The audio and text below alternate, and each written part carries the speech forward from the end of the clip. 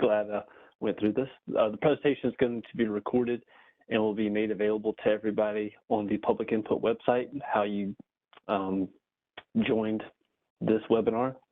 That link will be available at the end of this presentation, so that if you don't know it offhand, we will remind you of it. So you can go back and watch this, answer any additional questions, or share it with anybody who was not able to make it tonight, all via the public input website. So again, this is the screen you should be seeing. Hopefully, my name instead of Valerie's. I need to update that in the presentation, but here we are. And on the right-hand side, you should be able to see the participants and Q&A sections. If not, you can click on those buttons in the bottom right-hand corner, and it should pop out those windows. Everybody has joined the meeting muted by default. That is intentional, just so that we minimize any background noise. We will have the opportunity to answer any questions at the end.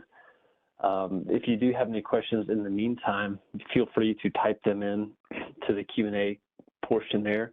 And if we see it, we may be able to answer them right then and there, or at a minimum, we'll answer it at the end of the presentation. But hopefully, the majority of the questions will be answered just throughout this discussion here. If you would like to speak instead of typing in your question, you can raise, beside your name, when you hover there, there should be a raise hand button. And if you click that, the hand will go up, and that'll indicate or let us know that you have a question, and we'll let you know that we're going to unmute you and give you the opportunity to ask your question, and we can have that dialogue, and then you can go back and click it again, and it'll go back down, and we'll go on to the next person. So that's how we'll handle Q&A towards the end. Or if anything comes up, we can always do that in the middle. You have your mute and unmute button at the bottom. Again, we ask everybody to stay muted during this time, and we will unmute you when it comes time to have that discussion. So moving on, let's get started. This is your study area, the Princeton Avenue study area.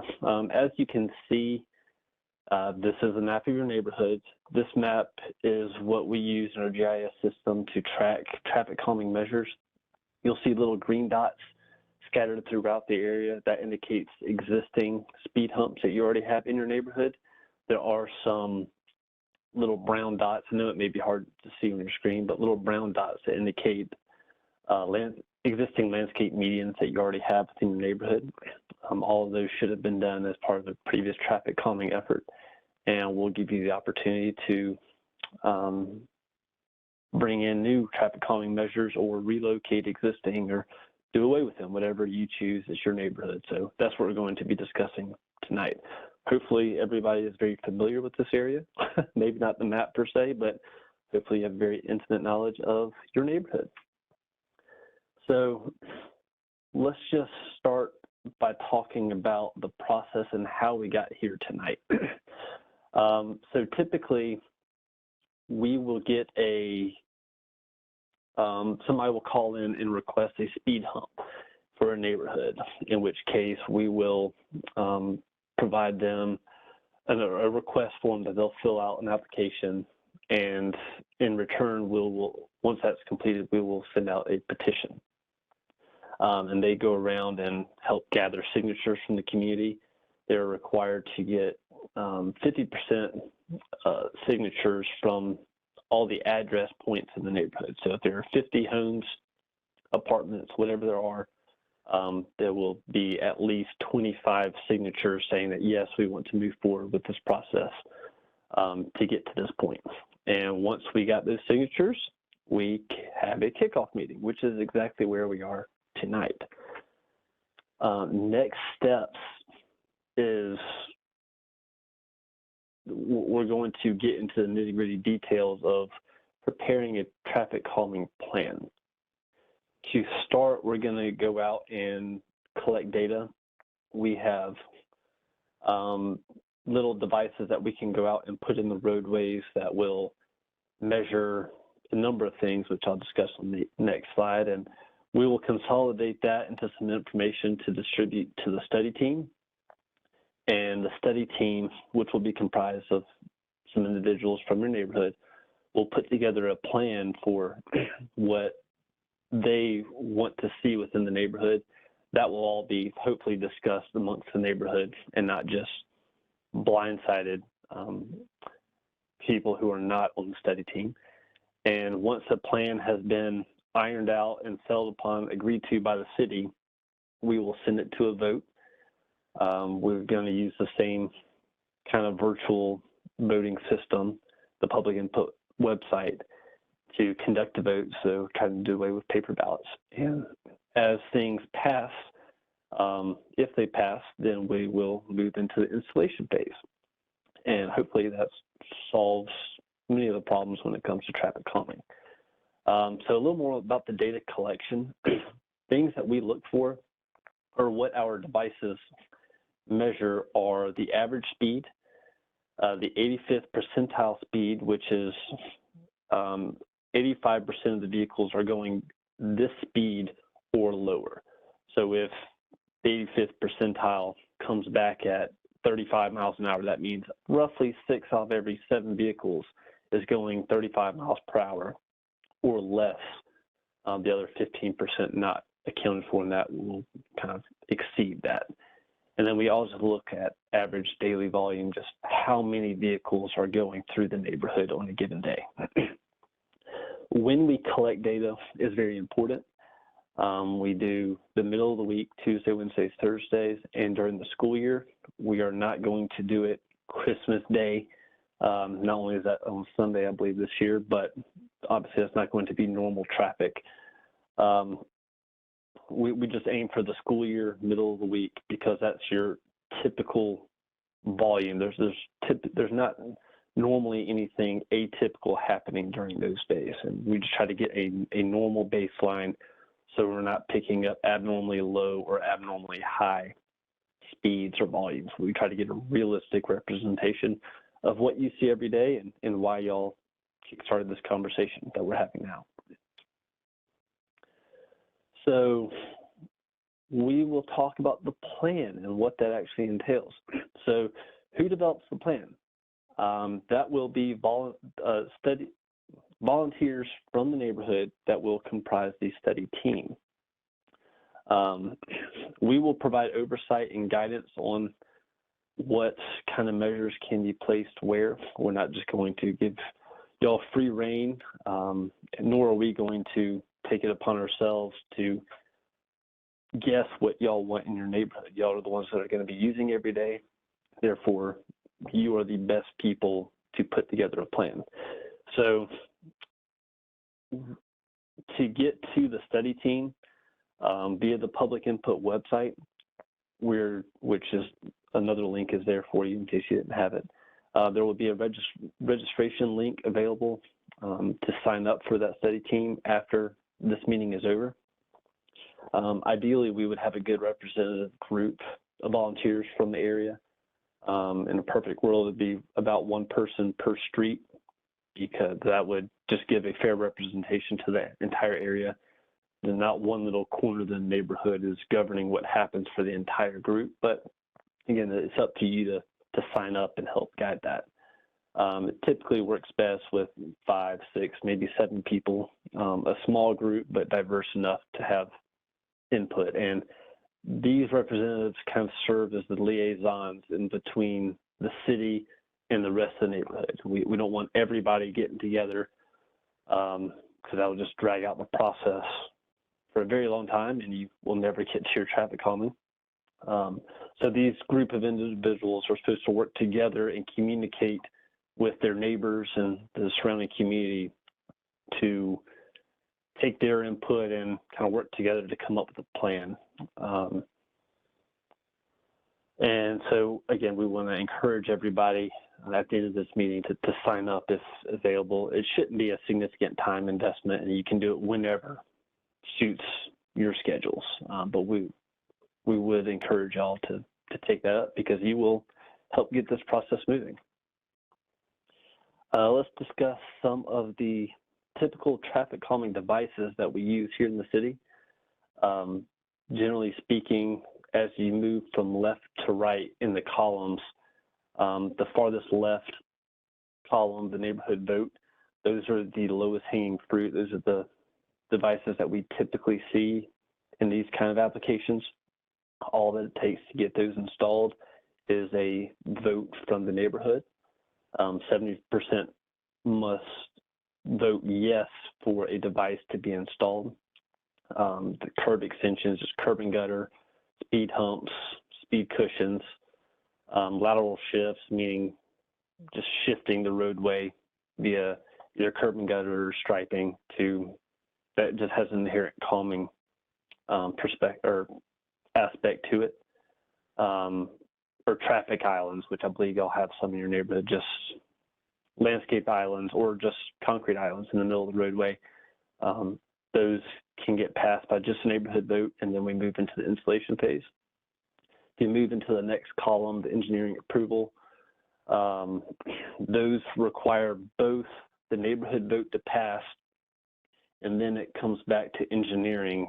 We have to make sure these pass some engineering guidelines that we have to go by. And if it passes both of those, then we will move into install. And then last, but certainly not least, the last column on the right, any textured pavements or lane width reductions, chicanes, those require all three. First, the neighborhood vote, then engineering's approval, and then it would go to city council for approval. So just a high overview and what these mean. And if y'all want to know more about what it takes to do some of these, that's where myself would kind of step in and provide you whatever tools or information you would need during the planning phase. So I will say speed humps typically are the first items that people want to see. It has immediate effect. Everybody knows, understands how to approach it. So that being said, we'll just toss out a few things that are very important and things that we, from an engineering standpoint, will look at when it comes to reviewing your plan. We do have some minimum spacing requirements. They have to be at least 400 feet spacing from one speed hump to the next. There is a little bit of leeway in that, but we need to have a good reason to go below that 400. Speed humps slow vehicles down, and that is anybody from a passenger vehicle to an emergency vehicle, a fire truck, EMS, police. So just keep in mind that each hump that we install will add some time to the responsiveness of emergency vehicles. So while it's not always a factor, some neighborhoods that's more of a factor than not. Also, speed humps do require signs. Those are installed at the leading edge of the speed humps. While that doesn't impact most people, it will, however, impact the people whose yards they are installed on. So just keep in mind that wherever they are placed, signs will accompany them. So oftentimes the owners in front will have more say in that one. Landscape islands, should that be the direction that y'all want to go in, we do restrict parking within a vicinity on either side and in front of the landscape islands. So if we want to go that route, property owners that will be affected by that parking restricted area, they will have to issue written approval that they are okay with it going in front of their property, because that will impact their ability to park on the street. Speed cushions, they are similar to speed bumps or speed humps, but they have openings for wheel paths so that emergency vehicles, a little bit wider wheelbases, can pass over the speed humps without having to actually go over the hump itself. Their wheels can straddle it and go in between it. That is a great option for those that are concerned about EMS response times. But on the other hand, a lot of the delivery vehicles out there, which tend to be the most frequent flyers when it comes to speeding, as they have a lot of packages this time of year, especially to get delivered, FedEx, UPS, Amazon, they fit those bigger vehicle classifications and can also breeze right over the speed humps without having to slow down for them. So just keep that in mind, as it may not affect all vehicles if that's the route that you end up going in. So, okay, so once the area has been planned out and we have a plan that we can vote on, we will put it to a vote. Keep in mind that each traffic calming device that is voted on independently, meaning that if 10 devices are proposed for your neighborhood, but only 7 pass with a 70% or more vote, only those 7 will be installed. It's not an all or nothing kind of deal. As big or small of a percentage of what's proposed, as long as it passes the vote, that piece will get installed, and what does not pass vote will not be installed. So just keep that in mind. It's not an all or nothing kind of program that we're looking to get. Who gets to vote? That is anybody who has the ability to drive. So anybody over 18 years or older, or anybody with a valid driver's license. As long as you have the ability to drive a vehicle legally, we will give you the ability to vote. So if a family has 2 adults and 2 kids of valid age to drive, then that household would get 4 votes. We will tally the votes at the end of the voting period, which I believe is 2 weeks. I'll verify that, but we have a voting period, and we'll tally the votes and distribute the information to the study team of the results of that vote and let you know what passed, what failed, and what's going to be installed. The next question that inevitably comes is, when will the devices be installed? That kind of relies on a number of factors. One of those are, our existing backlog. How many do we currently have? Also, it depends on what devices are being installed, but speed humps, for example, take about 1 to 2 days. We budget 1 week per device just because our crews have many other tasks to do. So that we have to plan for that accordingly. But typically it's about 1 week per device is what our installation period consists of. We may have to shuffle that around to fit around budget constraints, delivery schedules, and a variety of other things. So there is no hard and fast, if the vote completes on this date, that in 1 month from now you will have your device installed. It's not that cut and dry. That's just something we have to evaluate as that process moves along. So we can provide more information when the time comes, but just something to keep in mind moving forwards. That does it for my long-winded spiel. This again is the web link to the public input site. It's just publicinput.com/PrincetonAv. This is my name and email and phone number. You can contact me should you have any questions. If you're having difficulty accessing the public input website, you can reach out to us. We will help you get to it. So with that, I think we can open the floor up to questions. Let's see here. Where is...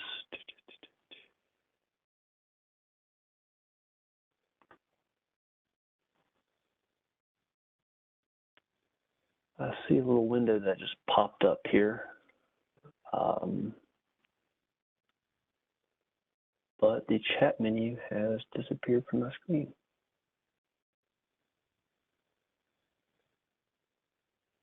Bear with me 1 moment.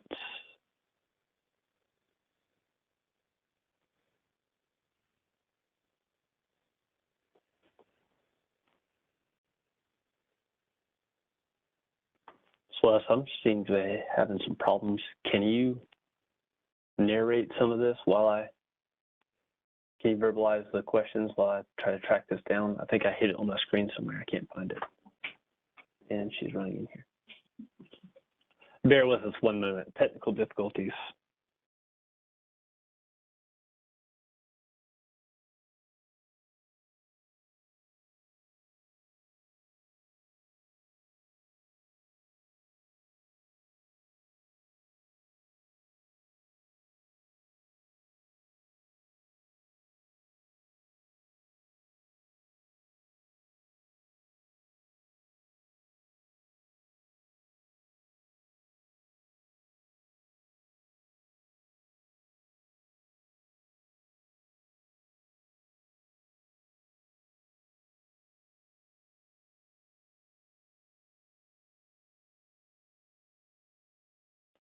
I'm still here. I just had to minimize or stop sharing to find the chat window. And then if you pop it out.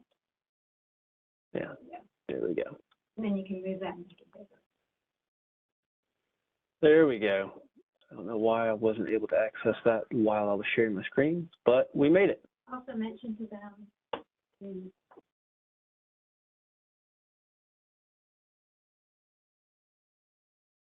Okay. if they use the chat. Okay. And Celeste just reminded me that if you're writing in the chat, just make sure that it's posting to everybody and not just me, because she won't be able to see it. She's going to track all the questions to make sure everything's being answered. So again, apologize. Let's go back to sharing. That is bizarre. Every time I share, it goes away. Okay, I'm gonna have to stop sharing. Again, I apologize. This is being very weird. So let's go to the questions. So starting with Jacob, what about dynamic speed signs? In this application, dynamic, I believe this neighborhood is all signed for 25 miles per hour. If that's not the case, somebody please let me know. I'm assuming when you say dynamic speed signs, that is variable speed limit signs that are digital and can be displayed to say 25, 30, 35, whatever we want it to say. In this application, in a neighborhood, that's not something that the city utilizes. So that's not something that we're going to be able to do in this application. There's a lot of expense that goes into that. To read out the passing vehicles. Thank you for clarifying. We can, that would be more of a temporary device, and that would be used kind of in coordination with enforcement. That will, I would say, really would come back from what we see in the data. If we see a lot of just extravagant speeds that we need to stop sooner before we can get some traffic calming devices installed, we may try and deploy some radar signs to try to use that as a temporary means in that interim period to slow people down, but that would not be a permanent thing. So I hope that answered that. I don't see any. I'm just going to start reading down the chat. Feel free to raise your hand if you would prefer just to chat verbally instead of typing it, and I will try to track you down and we can talk. So next from W. Messer, are speed sensing notification signs not an option? Okay, that seems to be the same question as Jacob's. So I think I addressed that one, and no, that's not going to be an option at this time. Can pavement markings such as stop bars be included in this plan? Are there, you're talking about for existing stop signs? Yes. Yes, we can. That's not necessarily a part of the traffic calming process, but that is something that can be handled out of this office. So as part of this, we can install stop bars at existing stop signs, yes. And then I saw, as I was scrolling down there, some streets are 35 miles per hour. I'm going to make a note, and we will look into that. And maybe we need to just sign those as something other than 35, if that's the case. So that will be looked at. That's not going to be a neighborhood-led effort. That's something that we will look at internally. So I am making a note of that, and we will look into that from our end. So going down, are sidewalks an option? Sidewalks aren't considered that was from Glenn. Sidewalks are not considered a traffic calming measure. They could be considered that if it's done in coordination with lane reductions by bumping the edge of pavements inwards and just reducing the lane widths. The sidewalks themselves would have to be put into a different process. We just don't have the means to install that ourselves. That's public works, and B, that would really eat into the budget and have to go through much higher levels of approval. So the short answer is no, that would not be done through this specific process, but we can help put you in touch with the appropriate people should that be desired by the neighborhood. From Joan, with the addition of the new houses on Fisher Drive near 29, have any effect on this? New houses closer to 29. So I'm assuming there's a new neighborhood or a new group of houses going up, and you're wondering if that's going to have negative effects on the speeds through the area. If that's the case, then I'm not aware of any significant developments in that area. I do plan reviews, and I have not seen anything in there. I'm not saying that it wasn't done. But no, I would say that should not have any effect on this process. If they are built and residents are established by the time we go to a vote, they would likely be incorporated into the voting process, so they would have a say in the matter. But outside of that, no, they're kind of independent of this process. So negative effects because it will cost a lot more. I'm not familiar offhand with where that specifically is being proposed. Traffic volumes are looked at from, whenever somebody comes in to develop, to build something new, we always look at that. So that would be handled as part of our permit review analysis and not necessarily through this specific process. Oh, and that's where you say 291 there. Yeah, I kind of figured that was the case. So from Jacob, what is the minimum width of a landscape median? Our roads are a bit narrow in some spots. There isn't really a set minimum. For landscaping, just for the sake of it surviving, we would probably look at a minimum of 4 feet face of curb, which would provide about 3 feet of planting width in between. So I see Joan is raising her hand, so I'm going to unmute you, Joan.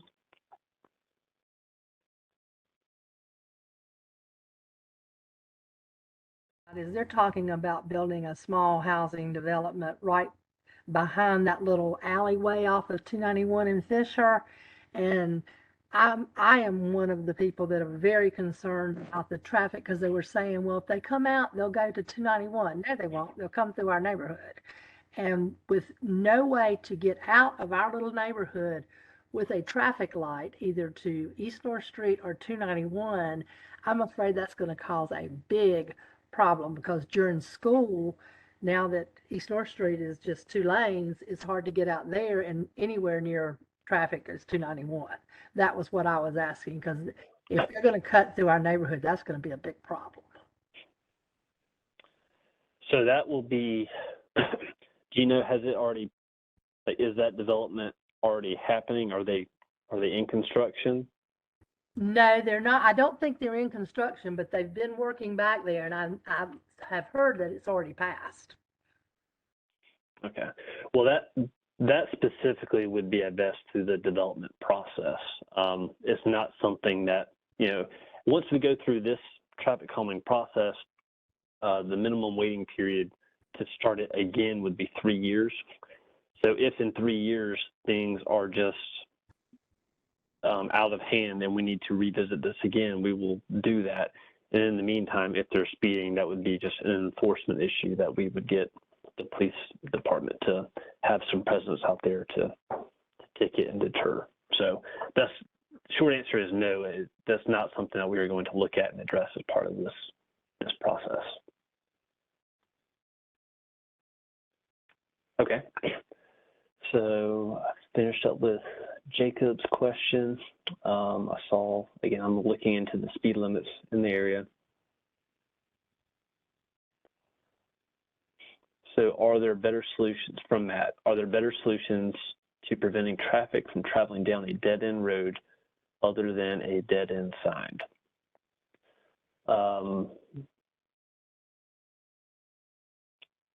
No.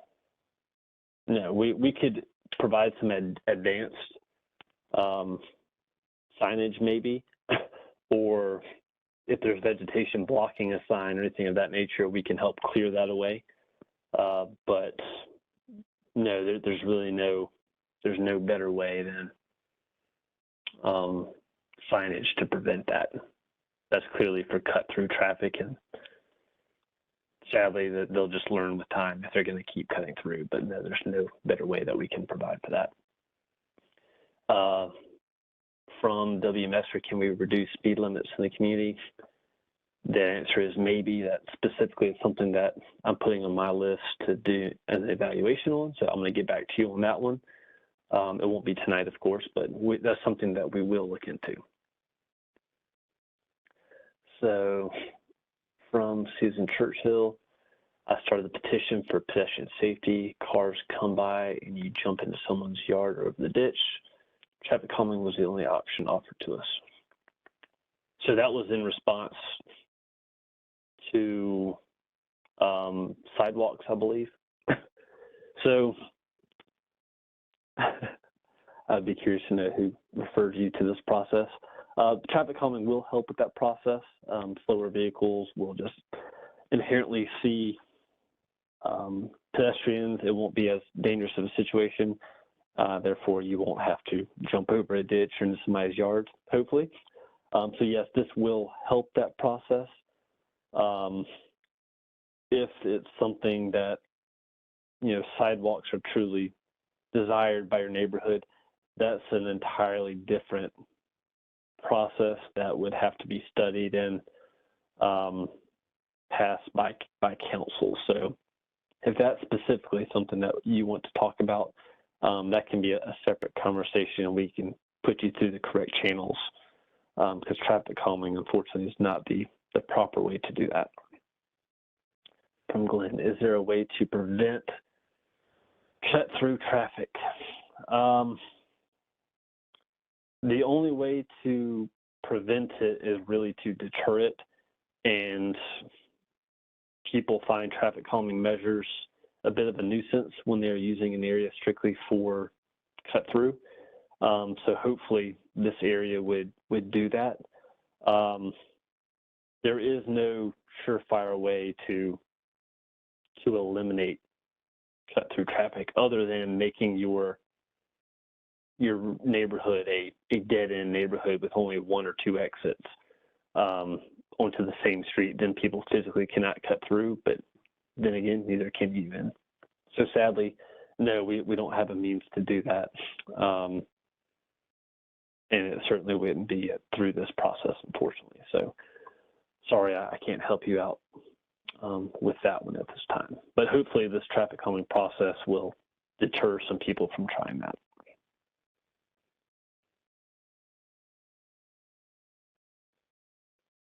Never had so much chat or questions in chat time. This is an experience. I don't see any hands raised, and I have gone through the all the questions in chat. So you're welcome, WMSR. Glad we can answer some questions and get things moving. So again, I want to use this opportunity just to remind people that the city, we are not going to be driving this process. We're going to leave that up to the study team. So once again, I'll go back to sharing my screen so everybody can. It's the weirdest thing, just like that, there goes the chat again. So again, here's the web page for for your study area, and I encourage anybody who is able to go sign up to be as part of the study team, because you're really going to be the ones that are driving this conversation. It really shouldn't be a significant effort unless you want it to be. It's just you'll coordinate amongst yourselves for times to talk or meet in person or whatever you choose to do. But you are going to be the ones who are really driving this process. So I encourage those who are willing and able and really passionate about this to please go to the web page and sign up. And probably tomorrow I will send out an email to those who have registered to be a part of the study team, just letting them know who else has signed up. That way you have an email kind of connecting everybody, and you can take it from there. At that time, we'll kind of step into the background and let y'all discuss and take things forward. And we'll be here for, okay. Sorry, Celeste just stepped in here and she's,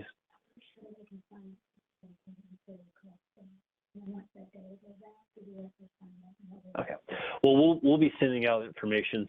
I think Celeste has some conflicting information about when it's open.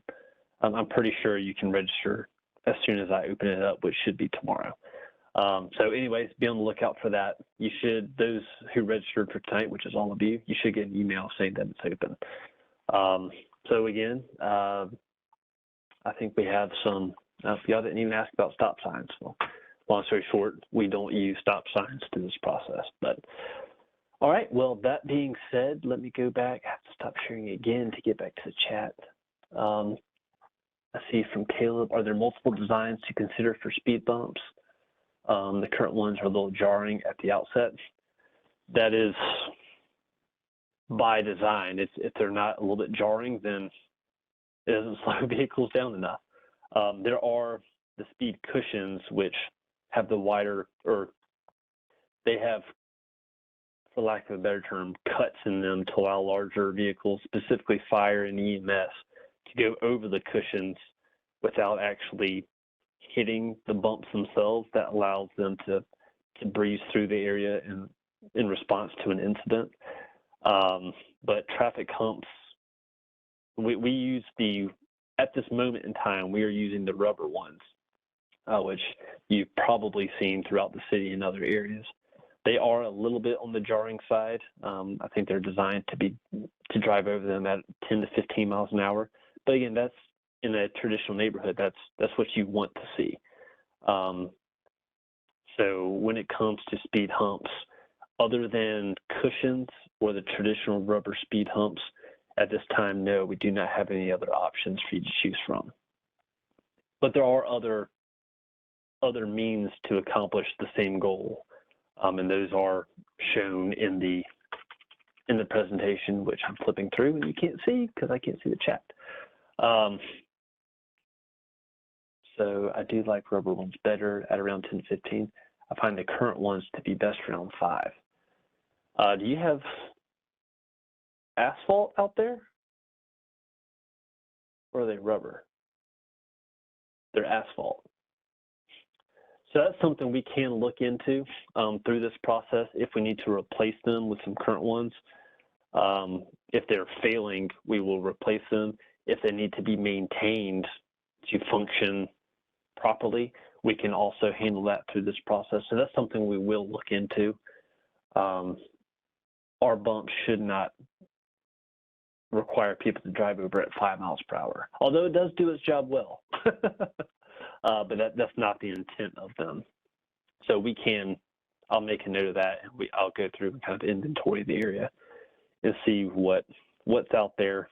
Well, actually, I'm going to wait for the plan to be prepared, because no need to go out there and inventory things if y'all are going to shake up the whole mix to begin with. So, but I will make a note of that to go out there before this whole process has ended and kind of evaluate the existing conditions.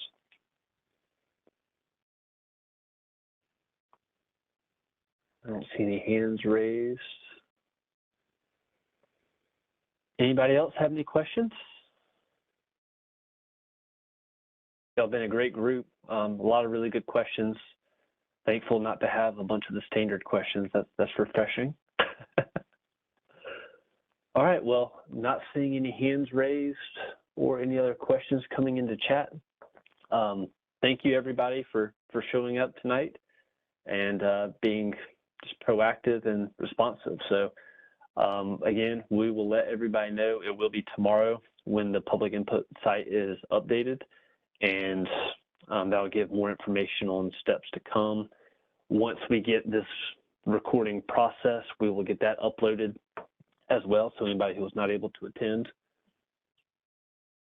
They can- Okay, so let's just verify that you can go ahead and register to be a part of the study team. So once the video is edited down, we will get that posted to the website. I don't know if that'll be before Christmas or not, just depends on what everybody's holiday schedules are, but that will certainly be uploaded to the public input website once we have it ready. Other than that, everybody have a, yes, thank you, Celeste. Other than that, everybody have a safe evening and look forward to getting into next steps. Have a good night.